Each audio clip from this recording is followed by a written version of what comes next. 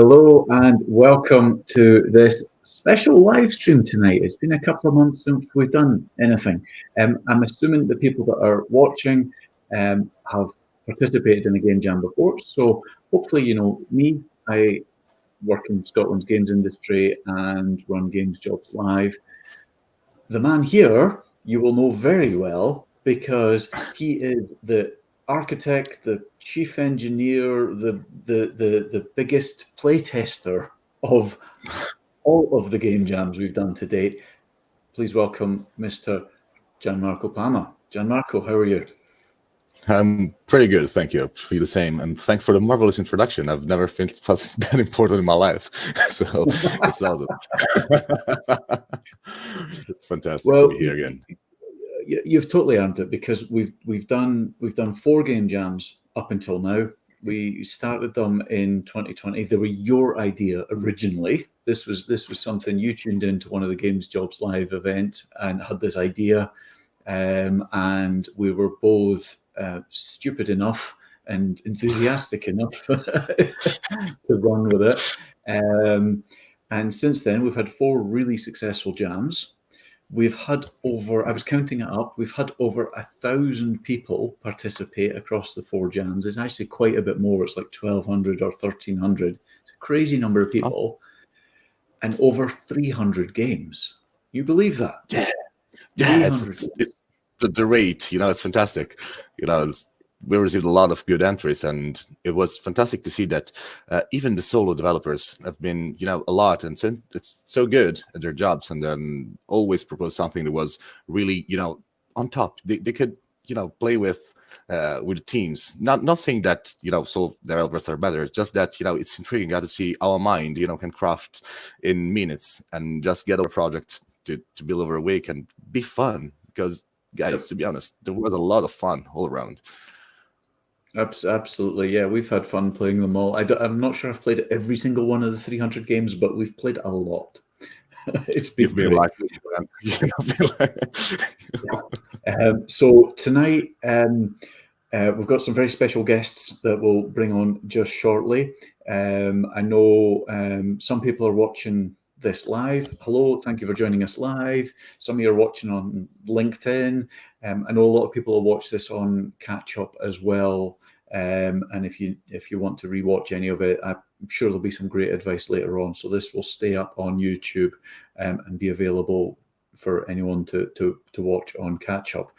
However, what we wanted to do and what we wanted to announce today, and kind of the excuse that we've had for bringing on our guests that we've got later on, is to announce the next game jam. So really excited. Absolutely. It was so demanded. Yeah. So, Gianmarco, if you remember the date, do you want to announce the kickoff date of our next game jam?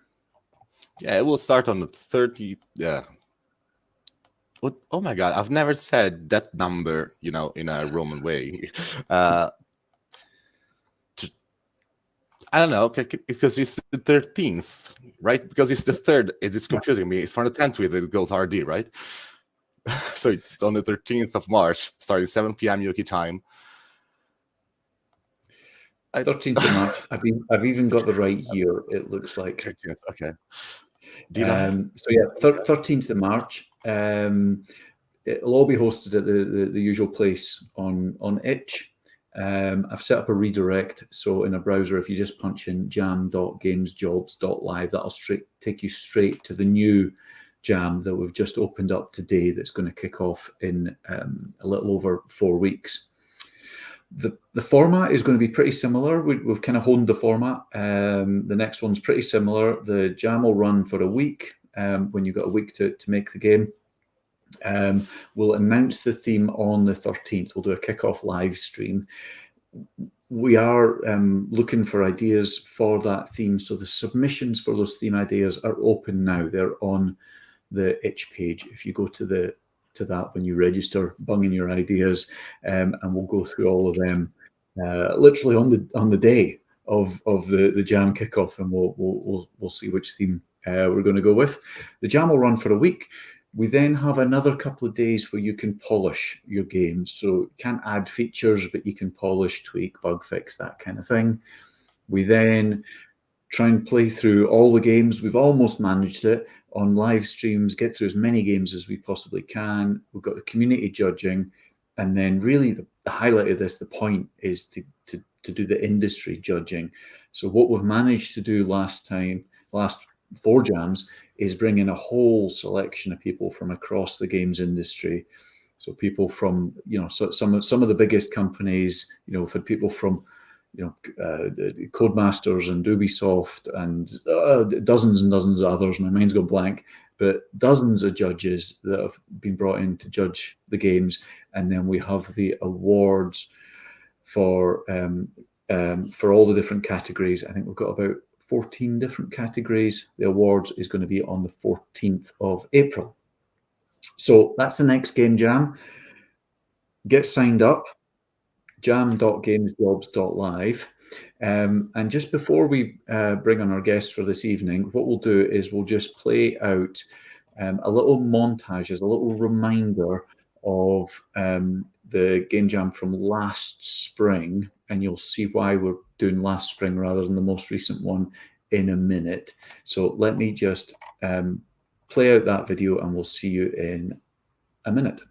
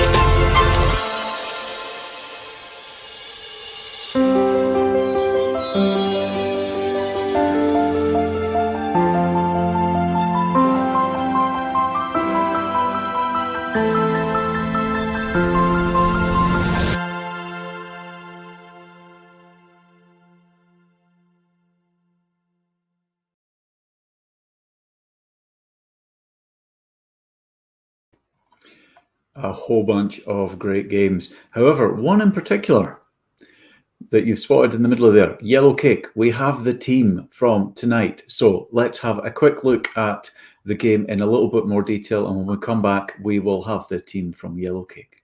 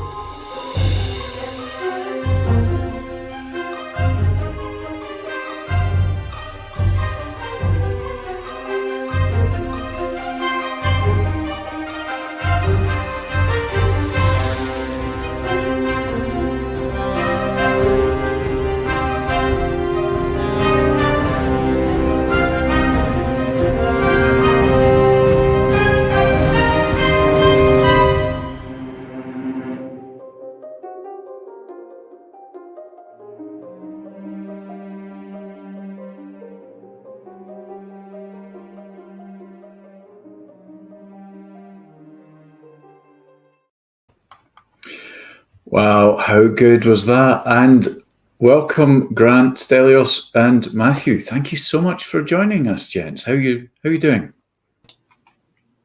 Great. Thanks for hosting this little reunion for us. Nice to be here, guys. Yeah, it's really great to be back. It seems so strange actually to be back. I can't believe it's been 12 months. Yeah, because this was less than a year ago. You took part in the jam, but it sounds like a lot's happened since then. So we'll get into some of that as we go on. But what would be really useful as context is just to learn a little bit more about each of you, and even what your background was up until the jam last year. Matthew, do you want to kick us off? Just give us the 30-second who I am or who you were. Yeah, sure. I worked as a graphic designer for 3 or 4 years in advertising and publishing. And before that, I had a degree in architecture. So I was kind of geared towards graphic design and trying to find a way into the industry that way. Fab. Stelios, how about yourself? Well, I lived in the past 4 years in the UK trying to become a game developer. Had a bunch of setbacks and adventures, but eventually I made it. Here I am. Excellent. So, what was your background before you got into games? Had you studied games or? I studied maths before in Greece, but I didn't finish that university either. So I'm a double university dropout. It was the birthplace of maths, though, so it probably was pretty hard there. Yeah, that specific university is notorious, actually, that I went to. Well, you seem to have managed to make it work out okay, so that's fine. We'll find more about that. How about yourself, Grant? I actually was in the education, still am in the education industry for like 13 years. But in the last couple of years, I've been doing interactive learning design. And I've been doing game journalism since about 1998. So I've been in this realm for a while. But I just started doing music, picking that up about 6 months before this jam. And so this was really kind of putting myself right into the frying pan with, a really talented group of people and trying to make good music in a week. So cool. Well, you've obviously all done really well. And what I thought was really telling was when we were playing the montage video of all the other games, you were all in the private chat that we've got. You were all complimenting all the other games. You're such nice people. It was, oh wow, remember how good that game was and that game was. It was great to see. Yeah, there's so much talent out there. It's really annoying. Cool. So really keen to find out a bit more about your experience of that jam. Who's able to tell us a little bit more about just what you went through and what the experience was? I think Matthew should probably start because he's Matthew the rock that formed the team. But yeah, I guess so. I mean, like we kind of just started by talking about. You mean with the jam itself in terms of how we came about the game? We were talking about. Well, once we worked out what the actual theme was when it was told to us incorrectly on the stream, I had to get that in for comedy value. But yeah, we just talked about that and we did a bit of a sort of mind map. Just talked about ideas for I think it was about 40 minutes or so, and we all kind of settled on this idea. I think the theme was strength lies in differences, and we kind of settled on the idea of just doing something where you would have a few different characters that would do different things, and you'd have to use them in combination to achieve the goal. But I think that what really kicked us off in a direction that we were really excited about was the idea of combining a couple of game styles that we liked. I think we talked about Hitman. We talked about this whimsical idea of throwing items across a map and taking out a guard or something like that, just something with a slapstick comedy approach. And we just wanted to go for it, really. I think we all got really energized from that. And we felt we were onto something unique with like a Hitman I think it was. I always forget the name of the game, but Shadow Tactics kind of combination. We even had ideas that it could be something co-op, but definitely not for the game jam. We were already over scoping by the time we'd had this conversation. So, but yeah, that's kind of where we were going with it. It was wildly ambitious, but then Stelios would just say, "No, I've got that," and then he would have that programmed in about 2 hours, and so we just kept pushing the limit. And it resolved into an amazing game with so many bugs. Totally worth it, though. Totally worth it. Absolutely, yeah. I mean, the end result. I mean, I've seen way worse fully published games that have, it was a brilliant game. Have you thought about releasing it commercially, finishing it to a commercial standard? So we did talk about that actually, following the game jam, because at that time we were all still kind of working out where we were going with things, and we did have a genuine conversation about doing this, but yeah, other things came up, so it was tricky to kind of get things going. I think also you kind of have that haze after a game jam of thinking, oh yeah, we can do something with this, and it's sometimes it's really valid, and I think it was in our case, but the problem was it just felt, at least to begin with, it was just that taking something further with that is going to require a lot of other considerations. It wasn't, I don't think, in our immediate plans to do so. So yeah, it's such a shame. I really would love to do something with it. At the same time, though, like bugs and all, you can complete it. You have to be a little tricky to complete it, but you can complete it. And I think that I kind of like, in hindsight, it stands the testament of time as a game jam game. It's going to be imperfect. So even if we had fixed it, I'd want the old version there, just as like a landmark. To be fair, I have fixed most of our bugs. I did it after the, like, I think I did it like a month after the jam started and ended, just because I was a bit ashamed. You want to send that over to us? I think it's still available in source control, isn't it? But I don't remember if I told you about it, guys. I don't know if I told you about it.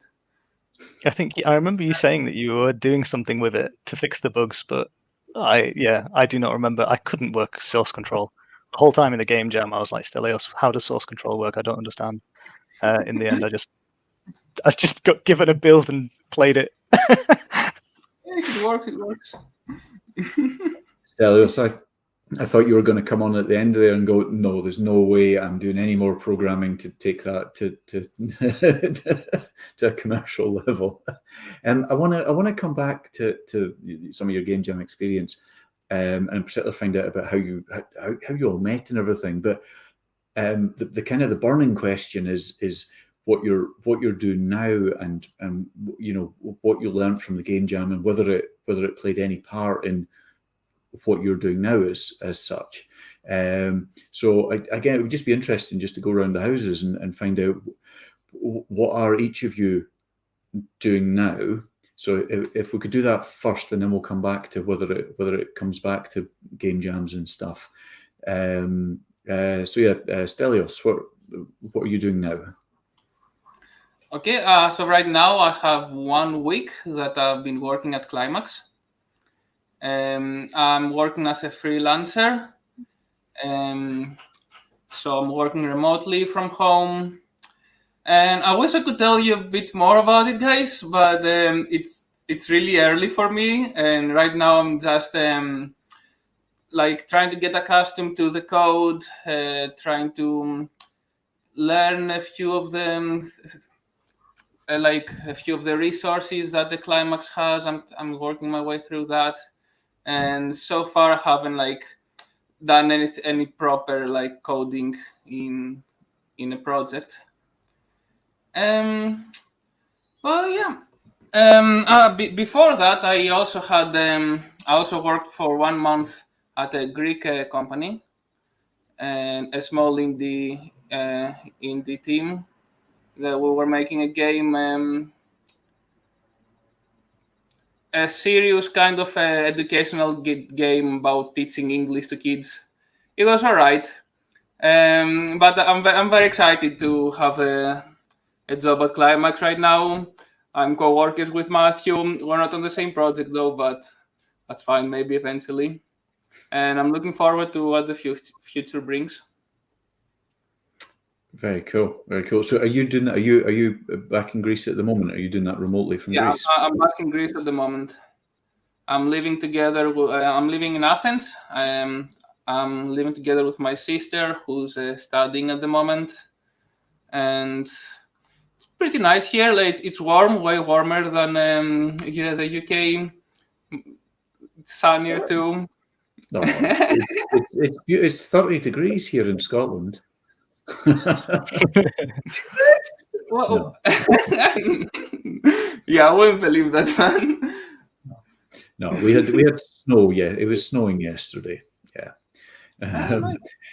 So, Matthew, we've heard you're at Climax as well. Yeah. So, what are you doing?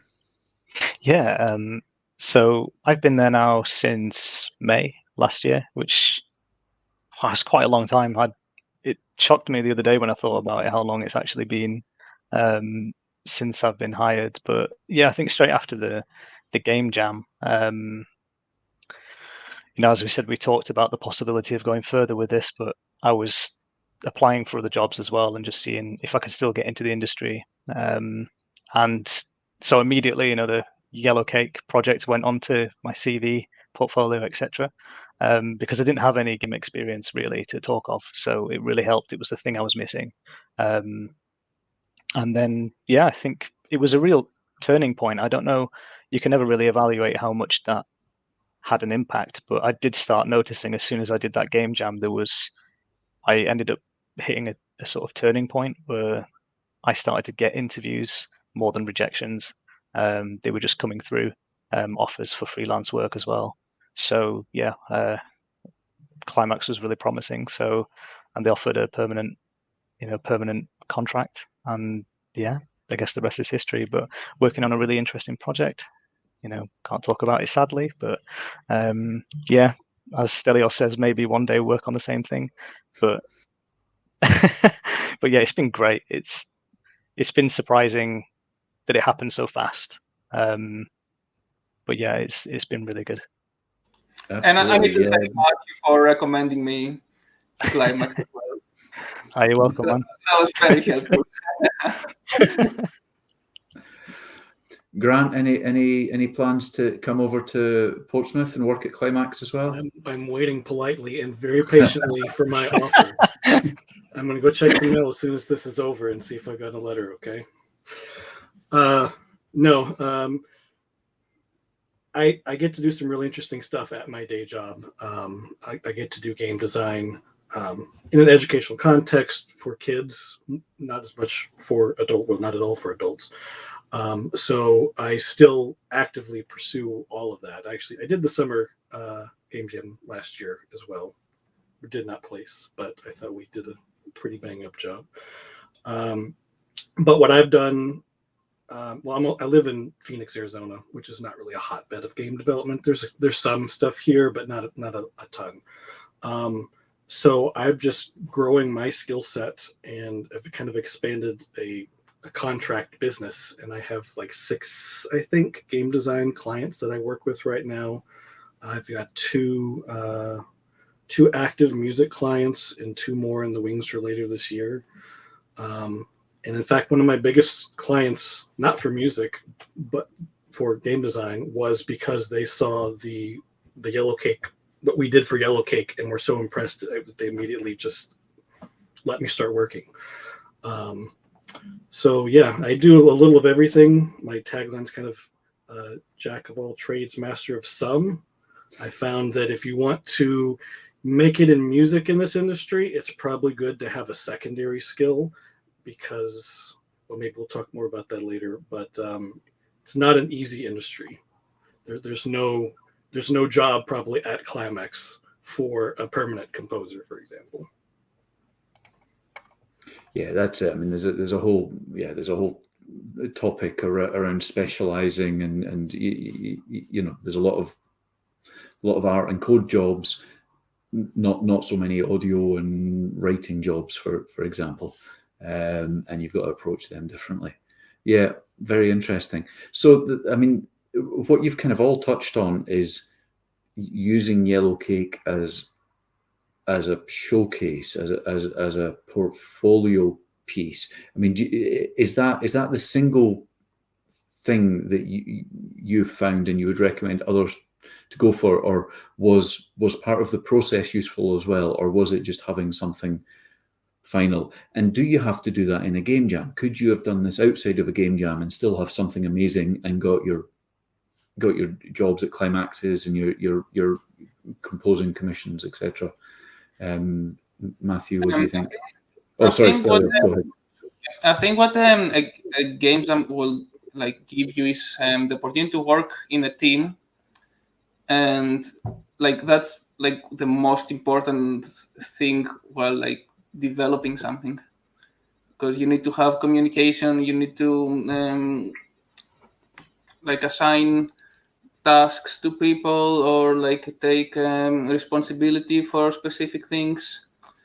I think like companies really like they do want to see that, like the ability to work as a team with other people, especially like in a game jam where you don't even know the other people. That like we didn't know each other beforehand, we just found each other on Discord and worked it out and made a team and a great game after that.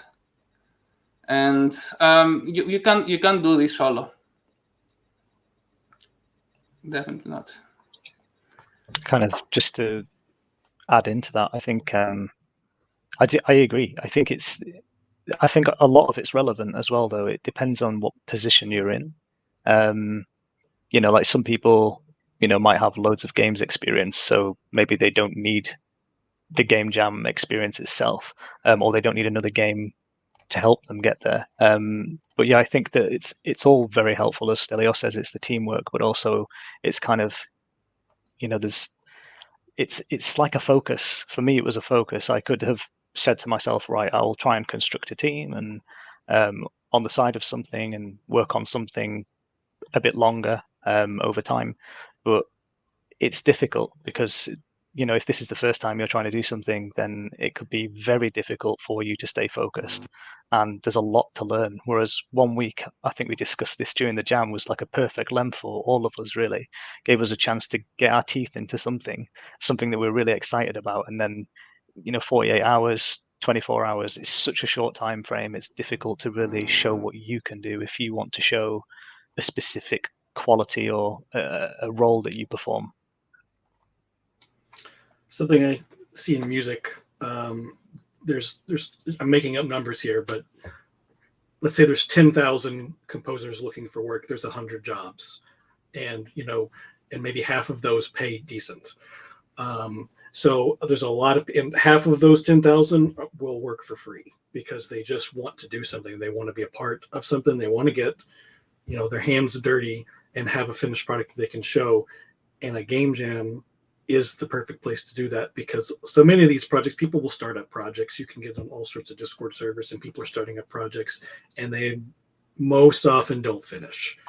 I think with a game jam, if you have a good team, you're going to finish, or you're going to get something that's at least something that you can actually put on your portfolio. It doesn't take your whole life. It's not a 2-year project of somebody saying, let's make an MMO. It's going to be great with our team of 5. I think it's key. And this is a place that you can do work for free that has intrinsic value, versus you don't do work for free for somebody that's going to eventually try to make a profit off of that. This is a shared vision in a tight time frame, and so I think it works out really well. Did we finish, Grant? One more hour. That's all we needed, right? I think we had a few additional hours as well. We couldn't export it. So. Very cool. So I'm conscious from having played that trailer at the start of this. I mean, the presentation was great. I mean, it was a great looking game. It was a great sounding game. It looked interesting. how important do you think that was, to have something that in a minute an employer or a potential commission can see? Do you think that immediate presentation value was part of what's led to your success since? And I'm sorry that Ed's not here because he worked on so much of that custom graphics. I think we had some, like maybe some trees or something we imported, but so much of that was done in that week. So much of the 3D modeling. And yeah, I think the presentation does it's that hook that go, oh, I'm going to just stay and watch a little bit. And I think that so many others at least in this jam, you saw like so many others were just lookers, what's that about? I want to know what that's about. I'm going to at least go check your page and find out what it's about because the presentation helps sell it. Yeah, I think it was just such a late idea, wasn't it? When we'd submitted, I think it was Grant who said, how about a video, or just something to put it together. And it was just like, it kind of felt really natural. We had all the assets, we had all the footage. We could just play the game, for a few minutes and get some footage and put everything together. And I don't think we ever really intended it for anything other than just to grab people from the itch page. We just wanted to get, we wanted to stand out amongst the competition in the jam, just so that people would play and then they would think, it looks nice. Maybe that's a bit eye-catching, and then they'll be drawn in because there are a lot of projects there. So, but I personally didn't think about it beyond that. I just, we were kind of focused on the actual jam, but I suppose in some ways it probably has been quite useful. I mean, I didn't really update my website appropriately until about 4 or 5 months after the jam, but I was like, why am I not putting this on my website? And so I did. Yeah, it's great for the portfolio. I use it for mine as well, even though I didn't make the video. I'm kind of embarrassed I didn't use it now. You didn't need it. You were the first to get it. I know, yeah. No, I know.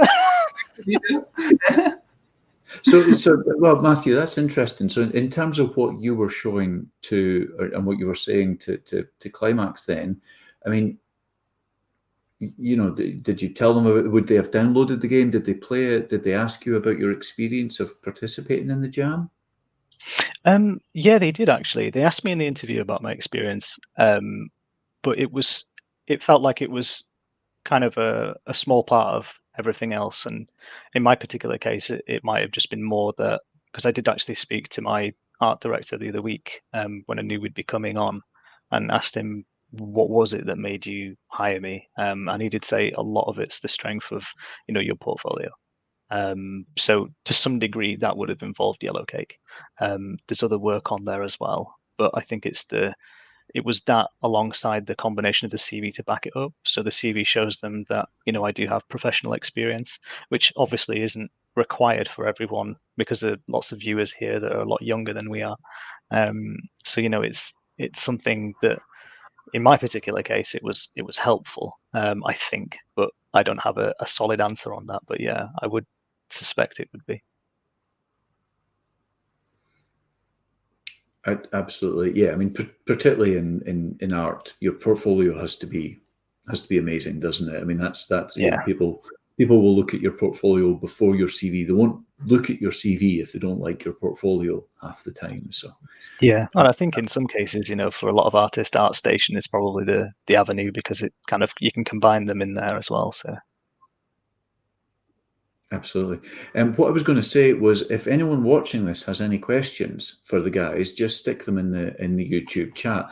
There are some familiar faces or names watching.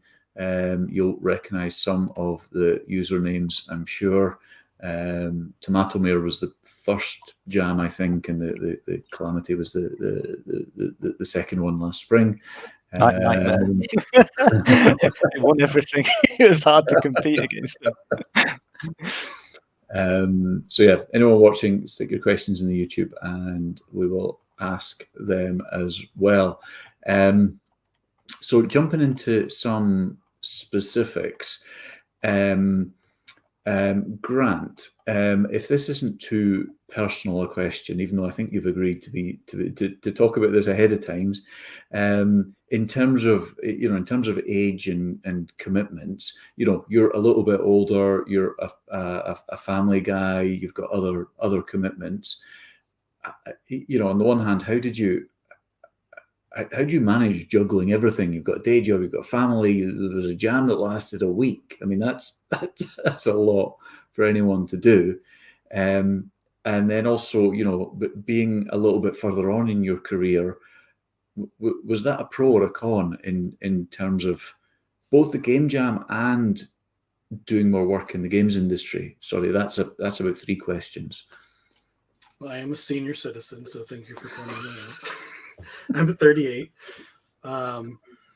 So I think that having been in a corporate environment for, 13 or something years before this jam started, like I know my job well. I'm very comfortable in my day job. My day job doesn't cause me a lot of stress because it's not a ton of new things thrown at me that I'm trying to juggle like if I've just started something new.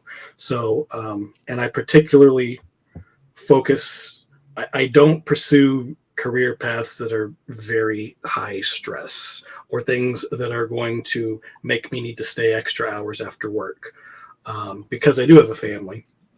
And then this jam came in the midst of, this is right before the pandemic then, I guess. Yeah, right before the pandemic. So shortly after, I was working remotely. And so I have a little bit more time in the morning. I have a little bit more time in the afternoon. I can take my lunch break. And then I'm just more generally available for my family. Like I'm in my little closet studio right here. So if I'm in a meeting like this, the door is, closed and kids, please don't come in. But otherwise I can keep my door open and I can be available because I'm very good at just being able to stop, answer a question, come back to it and not lose my train of thought. And so that's probably one of the biggest skills, is just being able to multitask and move from one thing to the next quickly. If I have 3 different things I've got to do at night, have a plan, work through them. If I get stuck, move on, do something else. Don't waste time. So yeah, that's kind of how I've approached it. I work a lot, but I'm also home a lot. So, and I do take time off as much as I'm able. Cool. No, it sounds like you're striking a good balance. And in terms of that, the experience that comes with age, I mean, how do you think that helped or hindered you in the jam, and then in also getting some of your gigs afterwards? I think it's partly just the work ethic. I'm not playing around anymore. Like if I'm going to do anything in this space, I have to act now because I'm seeing talented kids. I'm involved in a very strong Discord community, and there are people in high school who are better composers than I am. I don't have time to mess around. So everything's very focused and with a purpose. And I have certain things that I do, like if I'm going to make a demo for somebody or I'm just messing around, I'm going to release that onto my portfolio. So I'm going to make sure I'm going to spend just enough time to make sure it's good enough to share that out, but nothing's wasted. I don't have time to waste. So everything is an opportunity to push me forward. Everything is a growth opportunity. So it's just seizing that. Great stuff. Cool. Stelios, I wanted to ask you, I know you've only been at Climax for a week, but I mean, what's it like having, joining a company where you've worked together with Matthew before? And I don't know, did you keep in touch in that period from May last year when he started at Climax? Yeah, we kept in touch. Every now and then, we'll send a meme or something. And yeah, because he knew that I was looking for a job. And he was always recommending me this or that. And the moment he heard that Climax has a Unity opportunity going, he recommended me. I'll recommend you right now. Stelios is the smartest man I've ever met. So yeah. No, not at all. Oh my God.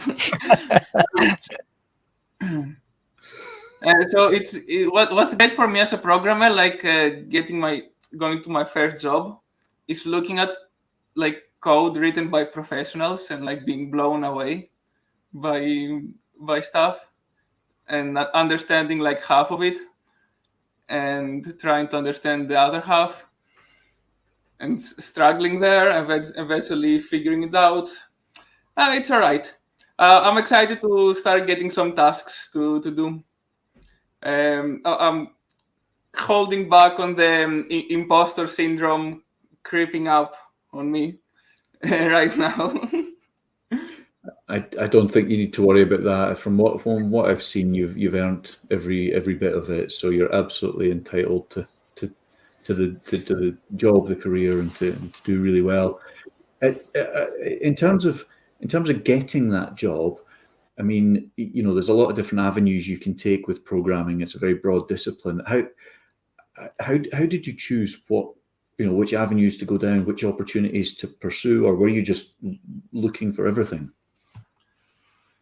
So I don't know if you know this, but I like 4 years ago I went to Liverpool to study, but I couldn't continue because I couldn't pay my tuition fee.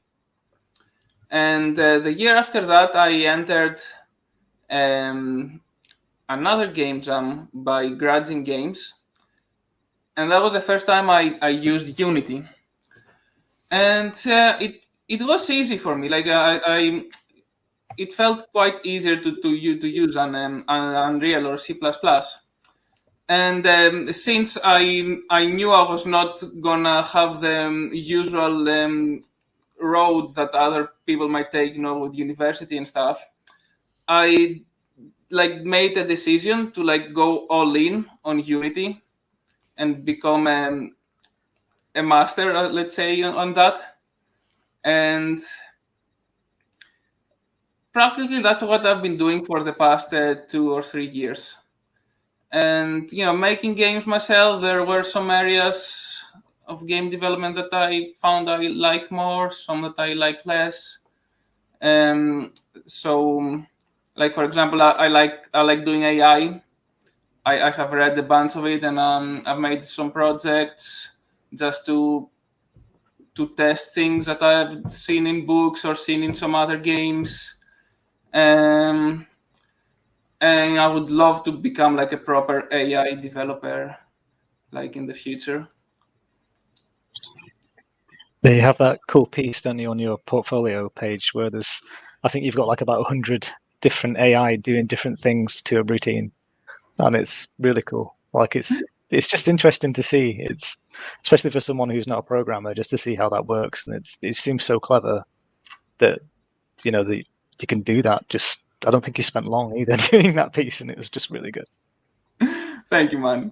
Then during my interview with Climax, they also talked to me about one of my AI projects that called their eye. It was a thing that I did that I have a bunch of waypoints in a level, and before the game starts, I evaluate them depending on their visibility to other waypoints, and that way I can find out good waypoints for the AI to go to have line of sight to the player, or take cover, or set up ambushes and stuff. And it worked really well. I think it's the most technical thing I've ever done. And I think the guys at Climax were impressed with it. Yeah, I mean, everything's sort of reinforcing the value of portfolio. It's not necessarily about a qualification. It's, in most cases, in getting that qualification, you will have had to do various projects, but it's the projects people want to see, isn't it? They want to see because ultimately that's what they're going to pay you to do. They're going to pay you to write code, compose something, create a UI, whatever it is. They want to know what your experience is. Even your beloved bugs. We need to prove that we've had bugs so that we can fix them, right? Absolutely, absolutely. Matthew, if I can jump back to you, one of the questions I never got to earlier, I was just curious about the formation of the team, because I think you did a lot of the legwork in putting the team together for the jam. What was, what did that involve, and what would you recommend to others that are thinking about either forming a team or looking for a team to join? What would be your general advice? Yeah, well, it kind of started because I wanted to take part in the, I think it was the autumn or winter one, the one that happened before the spring. And it was very late. I thought maybe, I want to get into games, so I should work on that. I should get into a jam, but I just wasn't really sure how to go about it. It was a lot of, I didn't know anyone to work with. So, and obviously you form a team through the Discord. So yeah, I kind of, at that point, I messaged a few people. It was quite late on. It was a few days before the jam. Most people had formed teams. And I asked if I could join theirs. It just wasn't possible. So at that point, I stepped out and said, well, maybe next time I'll have to look at forming one. And I actually spoke to Gianmarco a few weeks before the jam and just said, I'm not really sure because I don't know really how to go about it. And he said, look, just do it. It was like, it's just fun. Enjoy it. Just make the most of it. Try and put a team together. And I was thinking that myself. So I saw it as an opportunity actually to put on the lens of a recruiter, because without even intending to do that, that's kind of what happens. And I would encourage everyone, even if you have a team, to just go into the Games Jobs Live channel and look for the postings for people looking for teams, and just look at people's portfolios and without it sounding awful, judge them. Think, who do you want on your team in that particular role, because that gives you a really good insight into what a recruiter is going to do when they look at yours, when you're actually applying for jobs. So it kind of was really strange, but that's kind of how I applied that logic, I suppose. And when I saw Grant's composing and heard his tracks, I was sold. So I sent him a message. Did the same with Stelios with his programming work. Ryan, the other two members we've not mentioned, Ryan, an audio engineer and sound designer, his work was fantastic. And Edward's work with 3D art was, to be honest, from what I could see of those people that were looking for teams, was the best. So, I looked at those people and thought, we've got what we need in this team. I mean, I was probably the one that wasn't worth hiring at that point into the team because I'm doing UI. So it kind of is a very difficult thing in a game jam to sell yourself on. So you have to be a bit more, multitasking. But that was also a really good thing for me because I didn't have to clarify to anyone I was worth being in the team. So so it was really good actually to do it that way.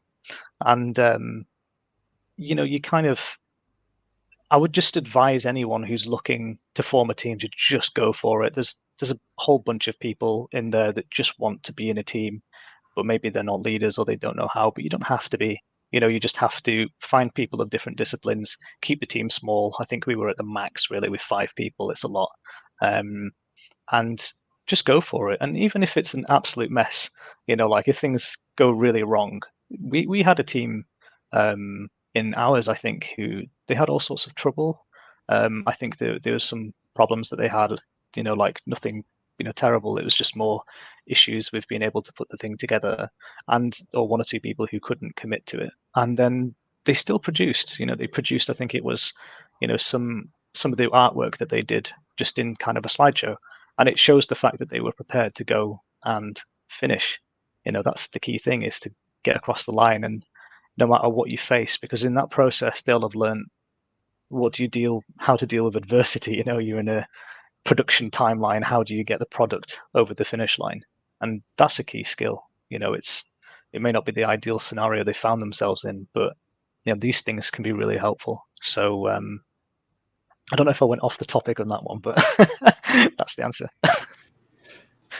I want to add also, just like we spent several hours, I think, before the jam officially kicked off, getting the theme and everything, just in audio chat, so you can hear each other and get to know each other and get senses of humor and all that kind of stuff, so that we were ready to work together when it started.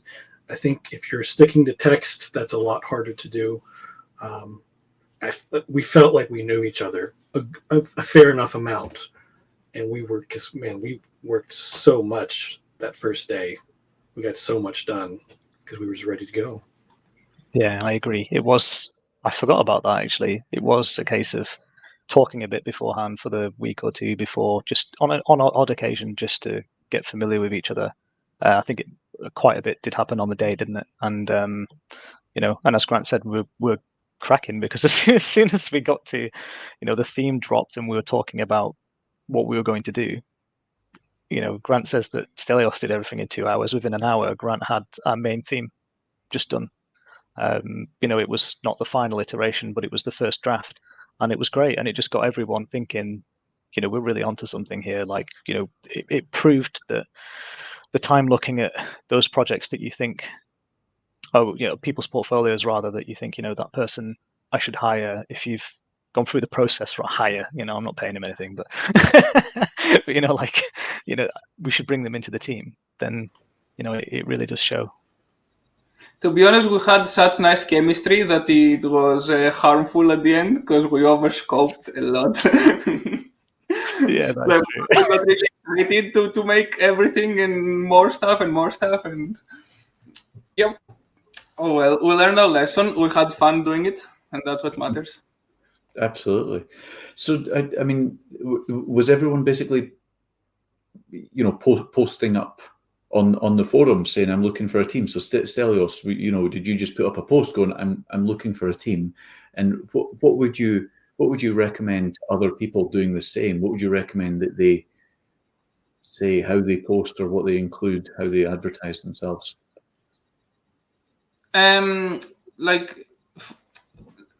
You definitely need like a portfolio for someone to see, and for someone who's not in your discipline, like who's not a programmer or an artist, like you need some way to get your work out to people who might not have the necessary knowledge to appreciate it like the way you would. And also you need to be like clear with your intention. So are you taking part in this jam? Are you going to go all out? Do you have time to work on it? Do you have a more of a casual approach? And it's good to have to let potential recruiters know that, so they can form a team on their needs. Absolutely. Good. Yeah, that's true. I think you had a part-time job at the time, didn't you, Stelios? And I think also Edward was doing his studying, so it was a bit tricky. They did what they could with the time, and they made it work. It was impressive the amount of commitment they had and the time they managed to find with those commitments. And obviously Grant had a full-time job and a family as well. So it was, we had the problems also of Grant being 7 hours or 8 hours, I think it was, behind us. So it was just a case of making sure we communicated well, and also having, I think it was every single night for us anyway. For Grant, it was midday. I think you did it in your lunch breaks. I can't really remember. We did a sort of a stand-up meeting, if you like, just to go through what progress we'd made in 24 hours, what we wanted to. Yeah, we had the noon meetings, but I'd have to go at 1, and you guys were like just getting started. It would go for like 2 more hours after that. Yeah, it was. There was one, wasn't there? We were talking about something gameplay loop related, I think, and we had to nail it down, I think, on the Tuesday night before we really got properly behind. And we were talking about that one for a long time. And I think, as you said, you came back 2.5 hours later, and we're still talking. But yeah, it's just keeping each other on the same page. Someone has to fall into a production role because it's a 1-week jam. So whether that's like a Trello or a Jira or just doing what we did, which was doing a Discord channel. I think I just put an announcement out in an announcements channel every day saying, we're going to do our meeting at this time zone for this time, etc. And we just made notes and communicated that back to people. That's one thing, the more of these types of meetings you do, even in industry, you can have these very long conversations and you come away from them, and without realizing, people have walked away with different ideas of what's actually been decided in the end. So always having those notes is a lifesaver, really, when you're working on a tight deadline. So it's really helpful. But just to go back onto what you said before, when you said what advice to give someone struggling find a team. I know what Stelios said before is, kind of true. Like, it's quite hard to do this solo. It depends on what role you have. If you're a programmer, you might be able to give it a go. But the thing is, scope correctly. You have a week. So if you want to give it a go, use one of the UE4 starter models and just do something. Use it as an excuse to, try something out. And it doesn't matter what you do in the end. Just come up with a finished product, and it gives you a starting point, because you can look back at that in a year or two's time and say, well, I'm a lot better than that now, and you'll learn something in the process. Good advice. We've touched on the other two members of the team a little bit, but I'm curious, what can you say a bit more about what they're up to and how they're getting on these days? Well, Ryan's rich and famous now. No, he did get a great job as an audio person. I'm not sure his exact title. He's at Cloud Imperium Games, so working on Star Citizen. That little game. Yeah. Mm-hmm. Yeah, he was doing really well. I think he was the first one of us that were looking for full-time work to get hired. He was definitely hot property around about March time last year. But yeah, Edward was a student when we started this, I think in his second year. He's in his final year now. He's been working on, I think he did 3 other game jams, and he did really well with those. He's done, I think he said he did, was it Search for a Star project for grads in games? So he's just submitted that. And yeah, he's doing really well. His progress is, on the up and up. So yeah. Fantastic. Yeah, there's another familiar name from past game jams saying how great it is to hear how everyone's getting on. So that's someone that's taken part in most of the jams as well, I think. Nice to hear from him. Maybe a sensitive topic. Although Yellowcake was amazing and it got nominated for several awards, it didn't win. I thought we agreed not to talk about that one. Sorry. Yeah, I get the theme wrong. I talk about sensitive subjects.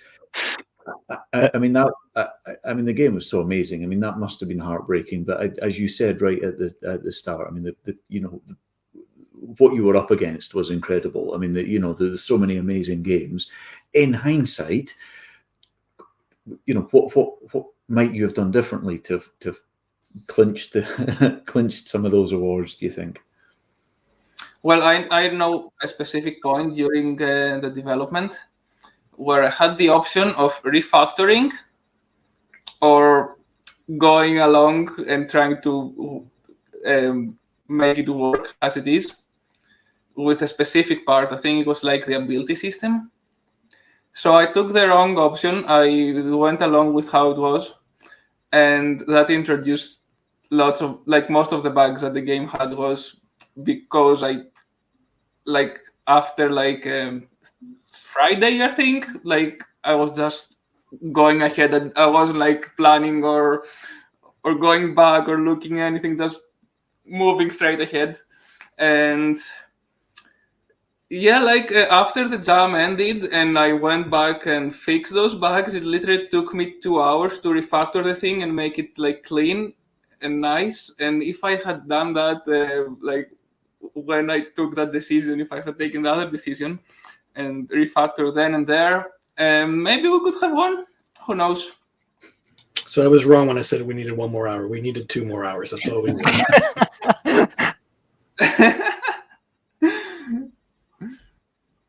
Well, I did learn an important lesson. Refactor when you can. That was tricky, though, because if I remember correctly, you had a full-time shift on the Saturday.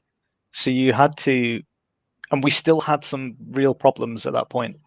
So, and we still had some real problems after submission, but we had some real problems at that point that we had to fix. But to be honest, I think, I can't remember which ones the awards were. Technical accomplishment, that one, wasn't it? And then most fun and Most commercially viable. That was the one, yeah. I think just not overscoping, but I mean that was just a recurring theme all the way. Try and recognize, if possible, try and recognize when you know you're taking on too much. We recognized it. We did every single time we talked about it. We're overscoping, but we're too excited not to. We couldn't help it. We were just like, well, this is really good. We really believe in this, and we didn't know really where to draw the line. I think instinctively we knew, but it was hard to make us do it. And yeah, I think that's the key thing. It helped a lot that I never said no. That's way too much work, man. There's no way we can do this. No, I never. I mean, like every time you said, yeah, we can do that. I thought, well, Celio says we can do it, and I trust him because he's done everything else so far within a few hours. So, yeah. Very cool. And have you taken? Sorry, Gianmarco. Oh no, I was just joking about, first rule, teamwork. Second rule, never trust Elias. Agreed. Harsh, very harsh. And since then, have you taken part in other game jams? I have actually at 3 more. I think I did. I did Bracky's game jam, which went horribly. We didn't even submit. I did Ludum Dare, which went okay, and I did also Games Parade Fall, right, which went great. I got the technical accomplishment and on this one, and we also got best use of audio. So I'm quite happy about this. Grant shaking his head. Is that because you refactored? You refactored in the middle of that one, yeah? Yes, I learned my lesson.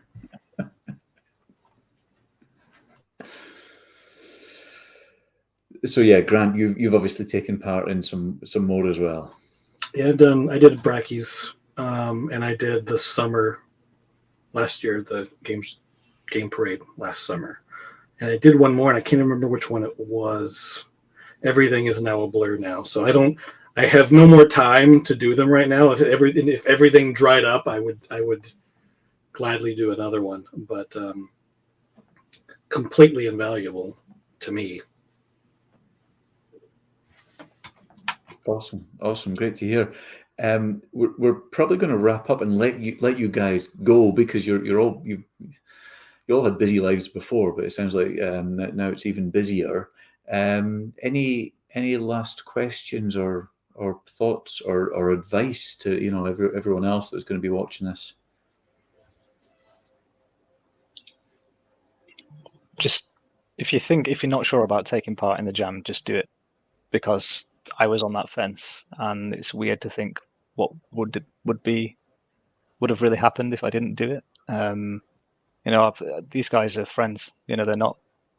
We may not have known each other, but we're friends now, and it's just really nice. Like I was going to say, actually, with the game jams, I haven't done any more since then, and there's a weird little. This is going to be mushy, isn't it? But like, there's a weird part of it where I really enjoyed doing the game jam with these guys. It was really special, like watching the live stream together and the awards and things like that.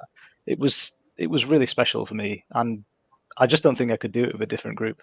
It was really, really nice. Obviously, these guys didn't feel the same about me, but that's just how it goes. But I would say, like, just go for it. Make the most of it. And the worst that can happen is you don't finish a project, or the team has some difficulties, but you learn something from every one that you do. And a week really is not much of your time to potentially get a really, really good result and something great for your portfolio out of it. So just do it. It's low stakes and high payout. There's no reason not to do it. And this jam especially, because there are so many people who are looking to get into the industry. So they're going to take it seriously. So if you find people you can connect with, like on an emotional and personal level, and know that they're going to take it seriously, like, you're going to find a group like this. Yeah, that's what sets this jam apart for me from other game jams. It's that like most of the people that will take part in it are like seriously considering like having a career in the game industry. So you know that you're likely going to find a team of guys with the same mindset as yours. That's a really good point, and ironically, I've never thought of it that way, Gianmarco. I'm not sure about you, but I always thought, we'll get the industry in and we'll find a bunch of people that want to get into the industry. But I hadn't realized the value of each of those people to each other, that as a way of forming teams, that they knew everyone else was just as serious. It's an enlightening perspective, to be honest, because I've never thought of it. And yeah, that's like the magic pepper, so to call it. It's like, like it's just that, it's when motivation lines, it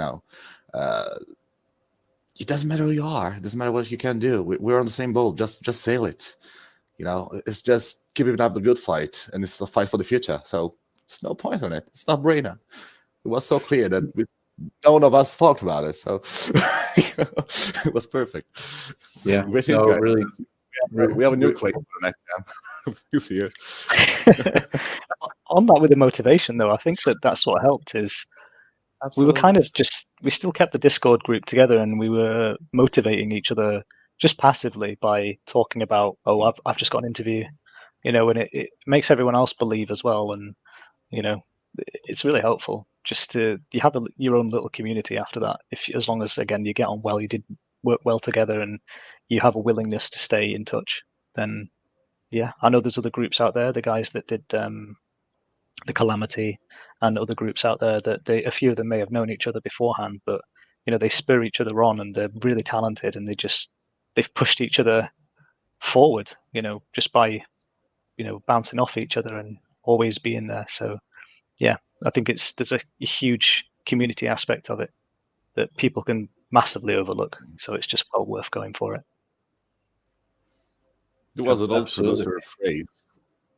I'm sure you know it, Colin. It was DEAM, like team. Together, everyone achieves more.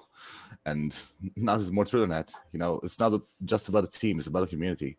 It's like getting confrontation, getting feedback and whatsoever. So it's just it's the thing I say every time I pop on screen with you. It's just like, guys connect, guys cooperate, guys do stuff. God damn it! It's just easy as that. Really, nothing more than it. Yeah, I mean, it's one of those that in the scheme of things, a week is not much in terms of helping you on your career. At the time, I'm sure it still feels like a nightmare. It's still, you're trying to juggle family, you're trying to sleep, you've got work commitments. It must still be a nightmare, but you've all done absolutely brilliantly. Yeah, no, I'm really proud. I'm quite touched. I think this is amazing. And the fact that, I mean, you won't have met in real life yet either, will you? Any of you? No. That's amazing. That has to happen one day. Well, we were talking about it, weren't we, after the game jam, or during the game jam? We were going to go up to Glasgow and see Stelios. Yeah, Grant was flying. COVID happened, though. Yeah, that's true. Actually, this was right in the middle of COVID, wasn't it? This was a year ago. Yeah. That's how much we've all been. Yeah, because the first game jam was right after the first big lockdown, at least in Italy. So I think kind of 2 years passed for the first edition. Yeah, because I think Games Jobs Live, I think, Colin, you said before, it kind of came out of the pandemic, didn't it? Yeah. No, it didn't exist. Yeah, I wouldn't have done it if it wasn't for COVID. So hooray for COVID! Finally, something just come out of. Don't trigger my black humor on COVID. Don't do that. Cool. Okay, gents, we're going to let you go, but thank you very much for joining us. It's been brilliant hearing everything you've been up to and all your great advice. I mean, you'd obviously had it nailed at the time you completed it, but you've obviously all it improved and come a long way since as well. So it's just really heartening to hear how well you've done, and the fact that you've taken the time to come back and pass some of this advice on. I really appreciate it. I think I think everyone will, and hopefully we'll see some amazing games in the next jam. Can't really, Yeah, guys. absolutely. Why don't you guys have a review night for us on a new game jam games? See that we can just stream all together. You guys are funny. We'll have a good time. Play them together. Play this together. Yeah, all together on screen. Yeah, I'm up for that. Okay. I always agree to stuff and then go, oh god, my calendar. Maybe we can get Ryan and Ed in though if we do something like that. Yeah, just check the calendar and look after the updates closure, so you can just pick a date. Let's do this. Yeah, that sounds That'd good. be amazing, and we've just got to figure out a 7-hour time difference to Phoenix. Just seeing Grant do it in his lunch break. We have a hard cutoff for an hour. That's all I can do. I'm sorry. Still appreciating it. Awesome. Okay, just before we leave you, just as a little reminder to everyone, the reason we were able to get the team behind Yellowcake back on is because we are announcing the next game jam. So just as a little reminder, the next Game Parade Game Jam kicks off on March the 13th. We will have a live stream where we announce the theme. If you've not signed up, get yourself over to jam.gamesjobs.live. That will redirect you to the Itch page. It's all hosted on Itch, and you can find teams on the Games Jobs Live Discord server, as is evidenced in the team tonight. So we're hoping to see lots more people take part in the next game jam and see more people get their dream jobs in the industry. So we'll hopefully see you there. We'll hopefully see some of these guys again in some shape or form, whether it's participating in a game jam, playing the next jam's games on a live stream, or just in the industry generally. We'll look forward to seeing the amazing UI and programming and compositions in future games to be announced. So, gents, thank you very much for joining us. We will, I think we'll play out with your trailer again because it's really cool. It's been a pleasure, guys. Yeah, thanks. Thank you very much. It's so nice to see you again. It's awesome. But thanks for inviting us on as well. It's been really nice to talk about it. Thank you, guys. Absolutely. Great. Good night.